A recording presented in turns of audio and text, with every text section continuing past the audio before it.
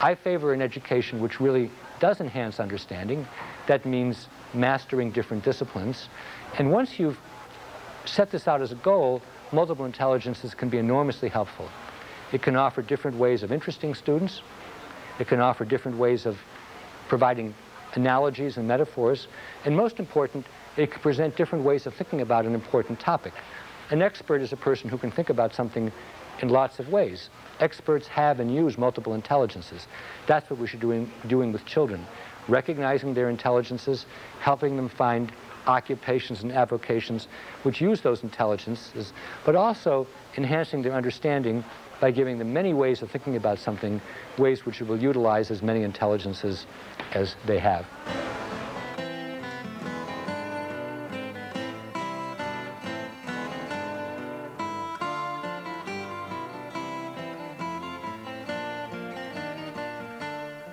Howard Gardner nasceu em 1943.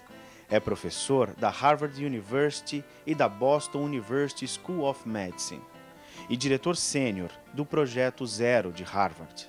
Gardner é autor de centenas de artigos e mais de 20 livros traduzidos em 22 línguas. Recebeu inúmeros prêmios e títulos honorários em 20 universidades em diversos países. Como psicólogo do desenvolvimento, Gardner acreditava que suas pesquisas sobre a inteligência teriam repercussão entre seus pares. Mas o que ocorreu foi que a sua teoria das inteligências múltiplas tornou-o mundialmente conhecido e estudado principalmente por educadores. Nos últimos anos, Gardner tem se dedicado especialmente a estudar as implicações educacionais de sua teoria. Quando nós conversamos a respeito da teoria das inteligências múltiplas, uma das coisas mais essenciais é entender por que o Gardner não chamou essas inteligências de talentos. Ele opta por não chamar de talentos porque ele disse que achava pouco perto da grandiosidade que a inteligência tem. Para ele, a inteligência é um potencial biológico, mas é mais do que isso. Para o Gardner, a inteligência está associada à capacidade de resolver problemas, de ter projetos, de desenvolver projetos que sejam socialmente úteis e, mais do que sonhar, ir atrás de realizar esses projetos. E aí ele diz uma coisa interessante, que para criar alguma coisa socialmente útil, você não tem uma forma só de criação. Você tem a criação na arte, você tem a criação na música, você tem uma criação voltada para a sua profissão. Então, o que ele percebe? Estudando os pacientes com danos cerebrais, estudando diferentes pessoas, olhando para os alunos, que nós temos múltiplas inteligências. E que essa capacidade de resolver problemas, de criar, ela pode acontecer em muitas áreas diferentes do cérebro. É aí que todas as pesquisas dele se juntam e ele diz, é quase nas vésperas de publicar Frames of Mind que eu digo, não é para chamar de talento, é para chamar de inteligências mesmo, são múltiplas. Gardner sempre foi interessado pela arte e música em particular, tendo sido, inclusive, pianista e professor de piano. Por que a arte raramente aparece nas pesquisas sobre o funcionamento da mente humana? Aí está o início dos estudos que o levaram à teoria das inteligências múltiplas. Gardner passa a realizar pesquisas na área da neurologia, estudando onde estão localizadas no cérebro algumas faculdades, como a fala ou a capacidade de ver. Essas pesquisas são feitas a partir de pessoas que sofreram danos cerebrais e perderam parte de uma faculdade. Então se pergunta, será que há um lugar especial no cérebro para as artes? Para a linguagem ou para questões que envolvam a lógica? Ao final de 20 anos de estudo, Gardner tem um trabalho pronto a ser publicado, quando é procurado pela Fundação Europeia Bernard van Leer, com um desafio. Como essas pesquisas sobre a cognição podem auxiliar na educação? Após ampliar muito seus trabalhos, publica seu livro Estruturas da Mente, com as bases da teoria das inteligências múltiplas. A primeira versão da teoria das inteligências múltiplas tem 7 inteligências. Por que 7? Número mágico? Não, porque naquele momento eram as capacidades que o Gardner tinha identificado. Ele dizia que 2 já estavam amplamente estudadas, a lógico-matemática e a linguística. Então, a linguística aquela inteligência associada a pessoas que escrevem, que falam, que lidam, criam, resolvem problemas através de múltiplas formas da linguagem oral e escrita. A inteligência lógico-matemática, associada à capacidade de lidar com números, mas também de resolver problemas, de seguir encadeamentos lógicos de ideias, e aí nós vamos ter os advogados, os cientistas, todas as pessoas que de alguma forma precisam ou usam ou têm uma grande capacidade de olhar de forma lógica para os problemas que têm para resolver, para as coisas que precisam criar. Além dessas duas, que o Gardner dizia amplamente estudadas exatamente porque o Piaget estudou amplamente a inteligência lógico-matemática e Chomsky e outros pesquisadores a inteligência linguística, nós temos a inteligência espacial ligada à capacidade de olhar para o espaço e fazer transformações e entender o espaço, a inteligência corporal sinestésica, presente em todos aqueles, ou manifesta em todos aqueles que fazem do corpo o veículo para a manifestação do pensamento, da criação, da arte. Também temos duas inteligências mais pessoais, no seguinte sentido, elas estão ligadas, diz o Gardner, ao relacionamento com as pessoas. Então, a inteligência interpessoal, aquela inteligência que me permite ver o humor do outro, entender o outro, captar o outro na sua essência, presente muitas vezes nos vendedores e nos comunicadores, é na sensação, na percepção, na captação do outro como um legítimo outro. A inteligência intrapessoal, que é uma inteligência muito ligada ao autoconhecimento, ao autocontrole. A inteligência musical, que é aquela inteligência que me permite criar, né? Óbvio que o Gardner, como musicista, se dedicou muito a essa inteligência. E aí ele inclui a capacidade musical, que é a sensibilidade a sons, a ritmos, a músicas, como uma das 7 inteligências.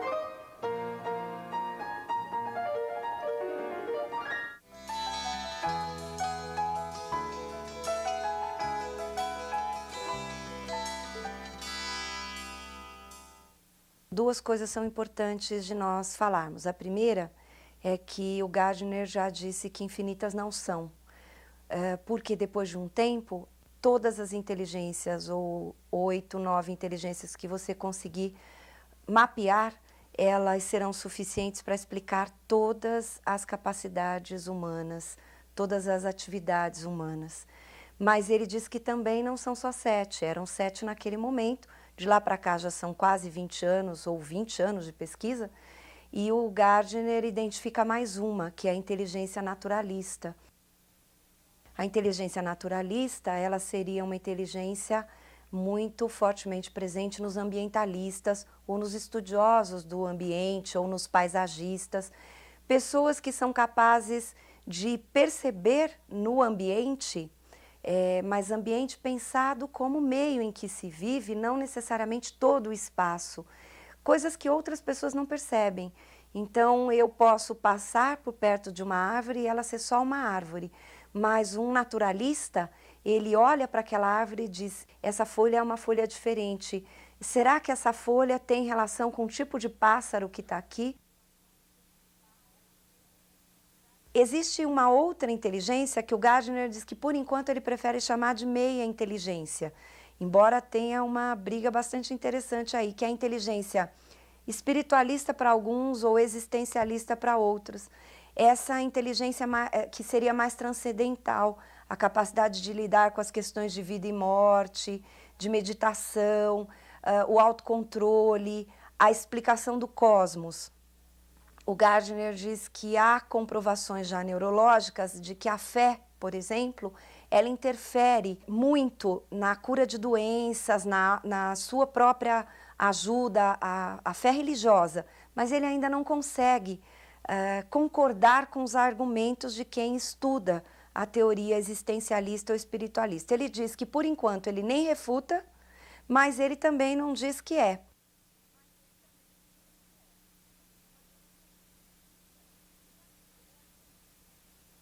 E aqui no Brasil, alguns pesquisadores, né, trouxeram uma outra possibilidade, que foi a inteligência pictórica. Essa inteligência vem sendo estudada desde mais ou menos 1994, inicialmente pelos trabalhos do professor Nilson Machado, da USP, e depois, com a minha colaboração, nós estudamos a possibilidade dessa inteligência, que seria a inteligência para criar e resolver problemas no âmbito da imagem, da expressão pictórica, do desenho. Isso também está em estudo, ela é muito validada aqui no Brasil, mas o Gardner ainda não teve nenhum posicionamento a esse respeito. Se são 7 inteligências, 10 inteligências, 9 inteligências, 8 inteligências, não é fundamental. Mas há coisas fundamentais. Então, a primeira coisa fundamental é que as inteligências são múltiplas. Por que que isso é fundamental? Porque isso marca a diferença entre as pessoas. As inteligências são múltiplas, são originais na sua forma de agir para cada pessoa, como impressão digital. A teoria das inteligências múltiplas tem a sua importância quando eu assumo que todos os alunos são diferentes, que aprendem de formas diferentes e que por isso precisam ser considerados nas suas diferenças.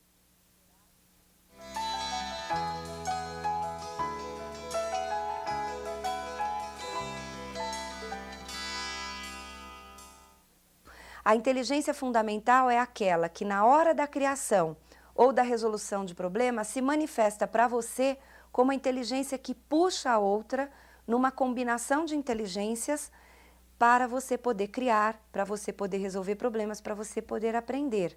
Mas veja, uma hora isso pode acontecer com a linguística, outra hora pode ser espacial, outra hora pode ser a pictórica, outra hora a naturalista, vai depender do problema que você tiver para resolver.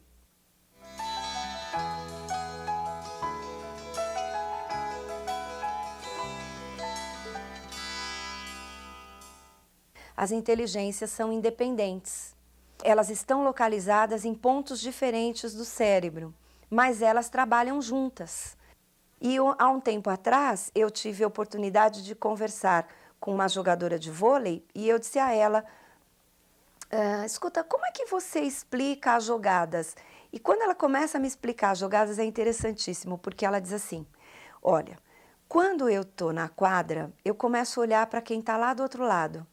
Então eu começo a ler os sinais, descubro quem está nervoso, descubro quem está desatento, eu leio os sinais. E aí, quando a bola vem para mim, eu elaboro o arremesso com a intenção de fazer esse arremesso chegar a esta pessoa. Ao longo de toda a vida, as inteligências se combinarão de formas muito originais e conversarão. Dificilmente você terá uma tarefa, um problema, uma criação envolvendo um único tipo de inteligência.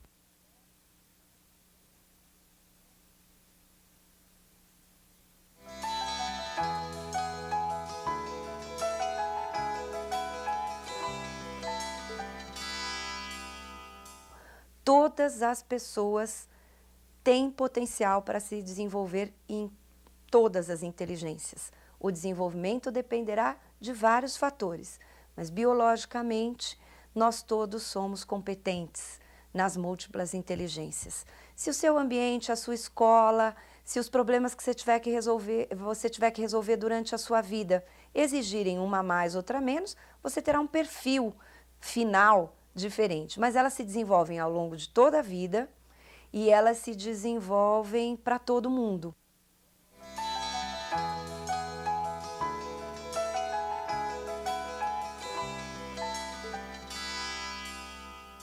Então, a teoria das inteligências múltiplas invalida o trabalho do Piaget, invalida o trabalho do Vygotsky, em hipótese alguma. Aliás, Piaget e Vygotsky são dois autores muitíssimo utilizados e estudados pelo Gardner. O Vygotsky mais para as questões da linguagem, da inteligência linguística, e o Piaget, o Gardner faz uma única crítica, que na verdade não é uma crítica, é uma observação entre teóricos. Nem todo mundo concordou com Piaget. O próprio Vygotsky discordava em muitas coisas do Piaget. Então o Gardner, como um pesquisador, também se deu esse direito de fazer uma única observação, eu diria. Ele diz que ninguém no mundo estudou mais o desenvolvimento da inteligência lógico-matemática do que o Piaget. Mas que o Piaget fez isso. Ele não estudou o desenvolvimento da inteligência humana no sentido amplo, mas no sentido lógico, matemático.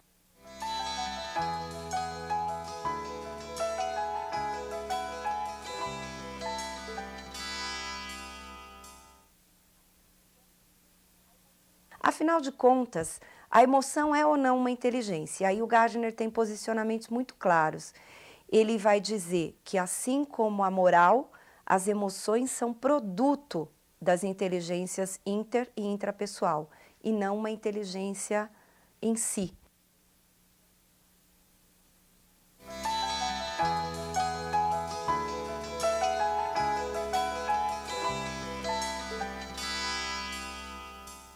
É preciso dizer que a teoria das inteligências múltiplas não é exatamente uma unanimidade.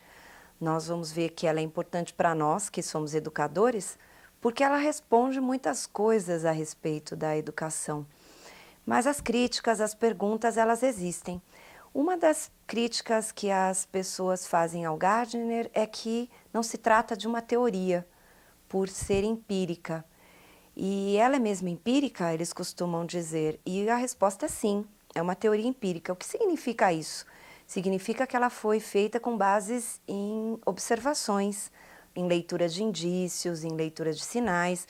O Gardner e a equipe dele tomaram todas as providências para que ela efetivamente fosse uma teoria.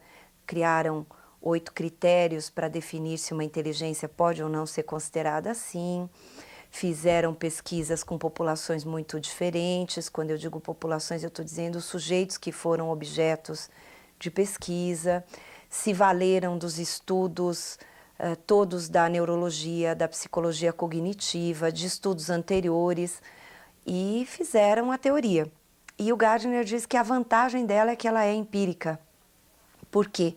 Porque ela tem uma base sólida, um núcleo sólido, que é a multiplicidade da inteligência, e a partir daí ela pode, ao longo do tempo, se atualizar, aprofundar-se, melhorar-se em função dos estudos novos que vierem dessas mesmas áreas, da antropologia, da filosofia, da ciência cognitiva, enfim, de tudo que ele usou para as pesquisas.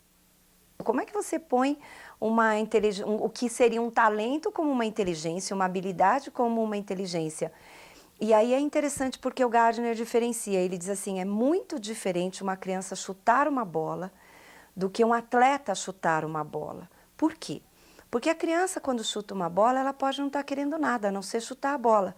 Mas o atleta, quando ele arremessa uma bola, ou quando ele chuta uma bola, ele tem uma intenção. Ele quer criar uma jogada com uma finalidade bastante definida, ele tem um problema a resolver e por isso ele faz o arremesso. Ele não faz o arremesso a esmo, ele não chuta de qualquer jeito, ele faz com uma intencionalidade e é como se o cérebro todo, naquele momento, tivesse disposto ou espalhado ao longo do corpo para resolver aquela questão, para criar aquilo que naquele momento é socialmente útil. Crianças bem pequenas, você nota que elas às vezes nem controlam, elas não andam, mas você põe uma música e elas balançam. Balançam por quê? Porque o potencial biológico para a música está lá, o cérebro responde a isso. E aí isso é o bonito de uma teoria empírica, como a teoria das inteligências múltiplas. Hoje, vários estudos neurológicos envolvendo música e movimentos já comprovam que o Gardner tinha razão. Então essa crítica é refutada exatamente por uma outra crítica que vira uma vantagem, a empiricidade da teoria.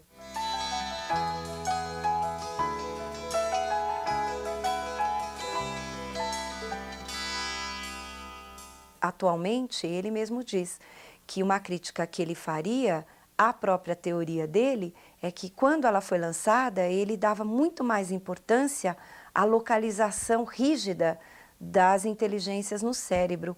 Hoje ele já sabe que isso é um pouco mais maleável, não deixa de existir, mas exatamente pela alta capacidade cerebral de modificação, de adaptação, em função de problemas e necessidades, ele hoje já relativiza essa posição fixa das inteligências no cérebro.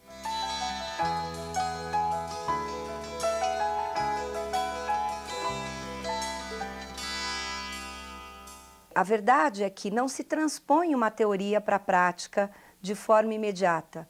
Os professores e educadores é que leram na teoria das inteligências múltiplas explicações para questões de sala de aula, mas o Gardner não fez uma teoria, não fez uma metodologia, ele fez uma teoria sobre cognição.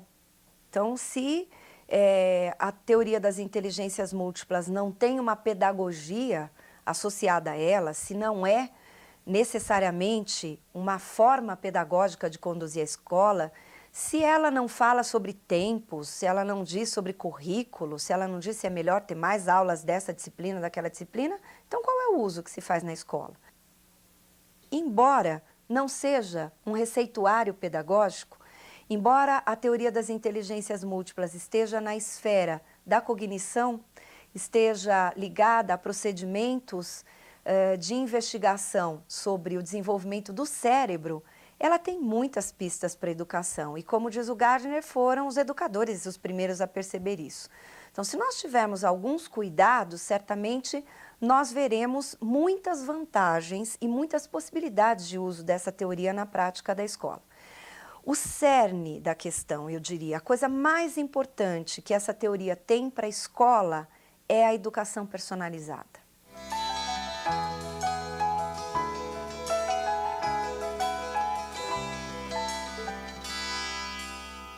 Isso é o foco. Quer dizer, não significa que eu devo ter um professor para cada aluno ou uma aula diferente para cada aluno. Não vamos entender assim a educação personalizada.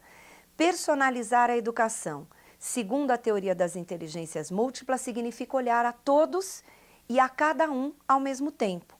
Significa que a todo momento eu vou me preocupar tanto com aqueles que avançam sozinhos, pensando o que eu posso fazer para que eles avancem ainda mais, e com aqueles que ficam para trás. Aliás, segundo a teoria das inteligências múltiplas, ninguém deveria ficar para trás, exatamente porque eu tenho uma educação personalizada. Outro ponto da educação personalizada é entender que as crianças, os jovens, as pessoas são diferentes. E se elas são diferentes, elas aprendem em tempos diferentes e aprendem de formas diferentes. Então, eu não tenho como dizer que com uma boa aula todos aprenderão simultaneamente.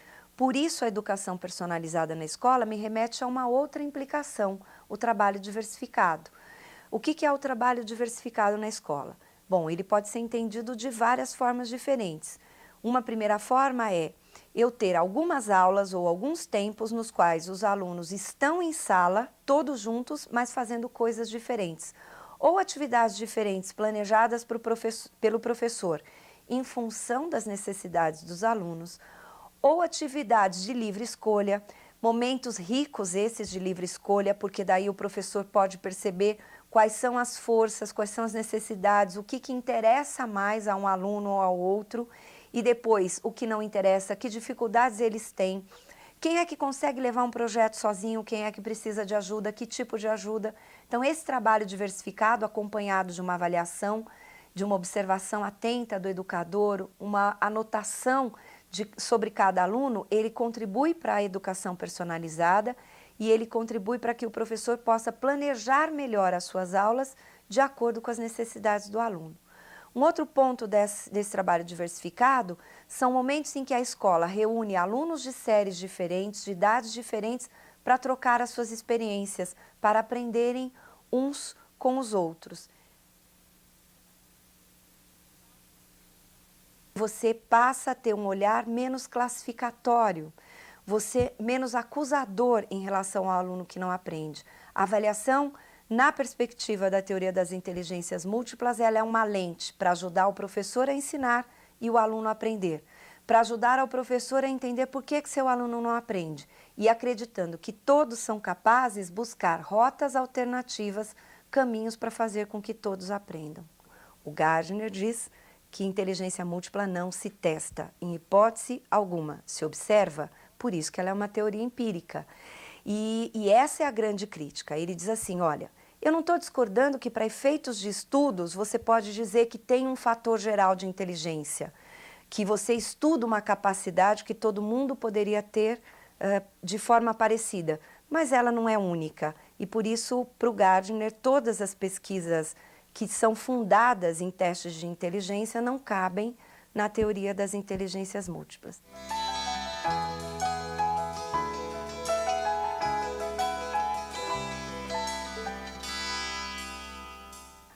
Eu ensino matemática, então estou desenvolvendo inteligência lógico-matemática.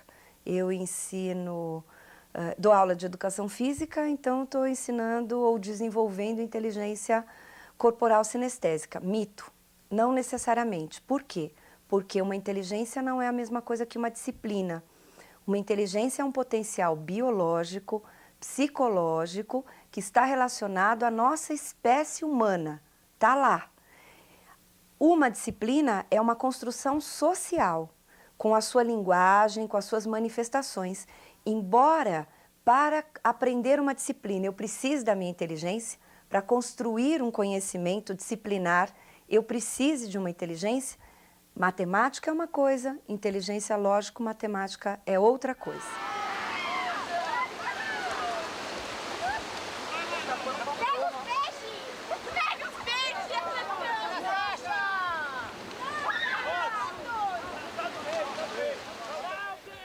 E ainda eu diria mais, um professor que dá uma aula de qualquer disciplina, onde o aluno não é colocado, ou nunca, ou dificilmente colocado, como alguém que pensa, que cria, que resolve problemas, não pode nunca achar que porque dá aula daquela disciplina tem uma inteligência sendo desenvolvida naturalmente. Isso não funciona assim, porque são duas coisas diferentes. Por exemplo, eu estou trabalhando lá na aula de matemática, eu estou ensinando tabuada. Aí eu digo, ai, mas espera aí, tem que desenvolver inteligência musical. Então vamos cantar uma musiquinha de tabuada. Isso não é desenvolver inteligência musical, isso é uma falsa aplicação da teoria das inteligências múltiplas. A melhor aplicação em se tratando de atividades genéricas é aquela que põe o aluno frente à criação e frente à resolução de problemas.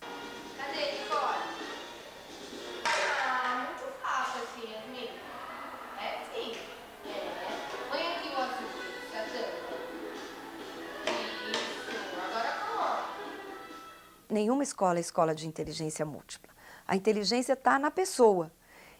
A escola, no máximo, pode fornecer situações para que o jovem, a criança, o aluno, enfim, desenvolvam as suas múltiplas inteligências. Eu vou para a escola para aprender ciências, aprender história, aprender física, não necessariamente para ter aulas sobre inteligência múltipla. Tem um caso interessante de uma escola que anunciava que ela se organizava pela teoria das inteligências múltiplas, então, 1 ou 2 vezes por ano, os alunos visitavam a faculdade de música local. Bom, eles podem visitar, vai ser muito interessante, conhecerão os músicos, tomarão contato com um espaço importante da comunidade, mas isso não significa inteligência musical. Porque, eu repito, sempre o foco, o que é inteligência para o Gardner, resolver problemas e criar projetos e desenvolver projetos que sejam socialmente úteis. Muito bem! Vem, Titi, vem, Guigui. Vem aqui pertinho. Então, em se tratando da escola, a questão é, o que a escola pretende? Como é que ela pretende ensinar? Como é que ela pretende fazer com que todos os alunos aprendam? Qual é o projeto que ela tem para cada aluno que está ali? E o que ela espera? Como é que ela trabalha as diferenças? Às vezes, nós temos crianças, experimentem fazer isso com seus alunos. Perguntem a eles ao final de uma aula, o que vocês aprenderam? E eles não conseguem dizer, eles só conseguem dizer o que foi que eles fizeram.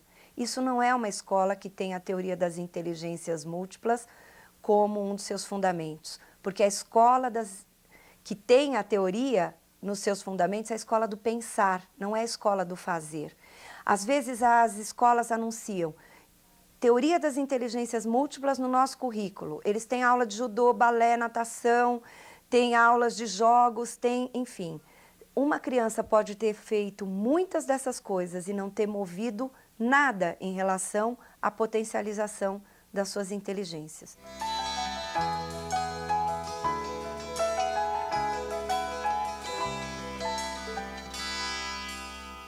Não esquecer que assim como as inteligências são múltiplas, as formas de aprender também são múltiplas. Então, eu preciso, ao planejar um tema de estudo, pensar quais são os veículos que farão aquele tema chegar até os alunos. Será um vídeo? Será um problema? Será um texto? Será um debate? Será chamar alguém para falar? Será qual o desafio? Qual é a porta de entrada para este conhecimento? Qual é a porta de entrada para toda a diversidade de aprendizagem que eu tenho na sala, considerando que cada aluno é único segundo a visão da teoria das inteligências múltiplas? E como é que eu educo para a compreensão? Segundo a teoria das inteligências múltiplas, quando eu coloco o aluno frente a questões que são desafiadoras, quando eu não fujo dos debates, quando eu não fujo das dificuldades, quando eu não fujo das questões difíceis, escola é lugar para pensar coisas diferentes, para ter opiniões diferentes, para vencer desafios, para buscar uma questão que gere muita reflexão. Por exemplo, há um tempo atrás, fazendo um trabalho numa escola, eu vi um caderno de uma criança. E nesse caderno estava escrito exatamente assim: separe as sílabas tônicas e classifique as palavras. E aí eu parei, pensei, falei, tem alguma coisa errada. Primeiro que se o aluno está estudando sílaba tônica, como é que ele pode escrever sílaba? E segundo, se ele vai ter que separar sílabas, como é que ele pode escrever classifique,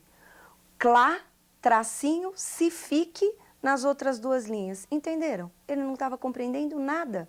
Ele tinha copiado uma atividade que precisava classificar a palavra segundo as suas sílabas tônicas e ele não entendeu nada.